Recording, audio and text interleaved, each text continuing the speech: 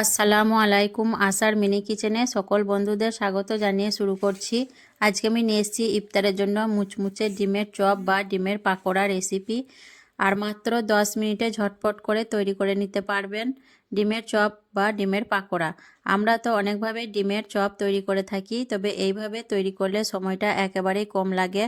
আর এই ডিমের চপগুলো অনেকক্ষণ ধরে ক্রিস্পি হয়ে থাকে আর অনেকটা সময় একই রকমভাবে ক্রিস্পি থাকে। রমজানে যেহেতু আমাদের হাতে সময় কম থাকে, তাই আমরা চেষ্টা করি ঝটপট করে ইফতার তৈরি করার জন্য। তাই আমার কাছে মনে হয় এই ডিমের চপগুলো একদম ঝটপট করে ইফতারের আগে বানিয়ে নিতে পারবেন। আশা করছি আজকের রেসিপি সবার কাছে ভালো লাগবে। তো চলুন ডিমের পাকোড়া বা ডিমের চপ রেসিপিটি দেখে নেওয়া যাক। ডিমের চপ বা ডিমের পাকোড়া বানানোর জন্য দেখুন এখানে আমি 3টে ডিম সেদ্ধ করে নিয়েছি। ডিমগুলো এখন আমি কেটে নিচ্ছি। ডিমগুলো দেখুন আমি 2 পিস করে তারপর 4 পিস করে নেব। আর আপনারা চাইলে ডিমগুলো 2 পিস করেও পকোড়া বানাতে পারেন, কিন্তু এইভাবে করে 4 পিস করলে ছোট ছোট সাইজ হবে আর পাকোড়াগুলো কিন্তু খুব বেশি ক্রিস্পি হবে ভাজার পর। তো দেখুন একইভাবে আমি সব ডিমগুলোই কেটে নিচ্ছি। আর এইভাবে ডিমের পাকোড়াটা বানালে কিন্তু অল্প সময়ের মধ্যে হয়ে যায় আর খেতেও কিন্তু দুর্দান্ত স্বাদের হয়। আর ইফতারের কিছুক্ষণ আগেই কিন্তু ঝটপট করে বানিয়ে নিতে পারবেন। তো দেখুন ডিমগুলো আমি সব একে একে কেটে নিলাম। ডিমগুলো কেটে নেওয়ার পর আমি এখন একটা প্লেটের মধ্যে তুলে নেব। ডিমগুলো দেখুন আমি কেটে নেওয়ার পর একটা প্লেটের মধ্যে তুলে নিয়েছি। আর দেখুন কতটা সুন্দর লাগছে দেখতে ডিমগুলো। এখন আমি একটা ব্যাটার বানিয়ে নেব। তার জন্য এখানে আমি দেখুন নিয়ে নিচ্ছি কিছু কম 1 বাটি বেসন, পরিমাণ মতো নুন, একটা কাঁচা লঙ্কা কুচি খুব কুচি করে কেটে নিয়েছি, হাফ চামচের মতো চিলি ফ্লেক্স, 1 চামচ আদা রসুন বাটা, আর একটা বড় সাইজের পেঁয়াজ খুব কুচি করে কেটে নিয়েছি। আর দিয়ে দিচ্ছি ধনেপাতা কুচি, আর দিচ্ছি কালারের জন্য একটু ফুড কালার খুব অল্প পরিমাণ দিয়ে দিলাম। দিয়ে আমি অল্প করে পানি দিয়ে ব্যাটারটা খুব ভালোভাবে ফেটিয়ে মিশিয়ে নেব। আর অল্প অল্প করে পানিটা দিতে হবে, একবারে বেশি পানি দেওয়া যাবে না।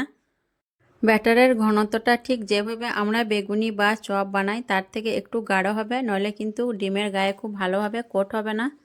ব্যাটারের ঘনত্বটা দেখেই বুঝতে পারছেন আমি কিভাবে তৈরি করেছি, ঠিক এইভাবেই কিন্তু ব্যাটারের ঘনত্বটা তৈরি করে নিতে হবে। ব্যাটারটা তৈরি করার পর দেখুন এইভাবে করে আমি একটা একটা করে ডিম দিয়ে খুব ভালোভাবে ডিমটা কোট করে নেব বেসনের মধ্যে, দিয়ে তারপর আমি গরম তেলের মধ্যে ভেজে নেব। দেখুন ঠিক এইভাবে করে খুব ভালোভাবে কোট করে নিতে হবে। পাকোড়াগুলো ভাজার জন্য এদিকে আমি একটা ফ্রাই প্যানে বেশ কিছুটা তেল গরম করে নিয়েছি। আমি একে একে দেখুন পাকোড়াগুলো গরম তেলের মধ্যে ছেড়ে দিচ্ছি। আর এক ব্যাচে আমার যতগুলো পাকোড়া ধরবে ততগুলো আমি দিয়ে দেব।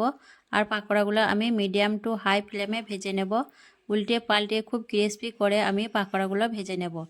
আর কিছুক্ষণ পর পর দেখুন আমি একবার করে পাকোড়াগুলো এইভাবে করে উল্টে পাল্টে ভেজে নেব।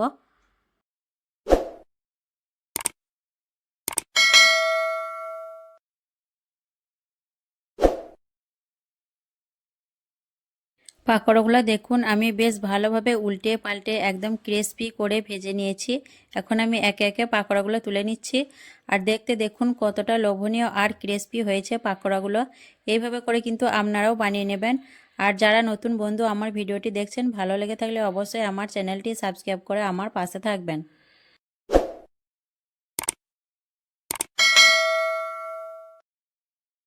আর বাকি পাকোড়াগুলো আমি দেখুন আবারও এক ব্যাচ দিয়ে দিচ্ছি একে একে করে।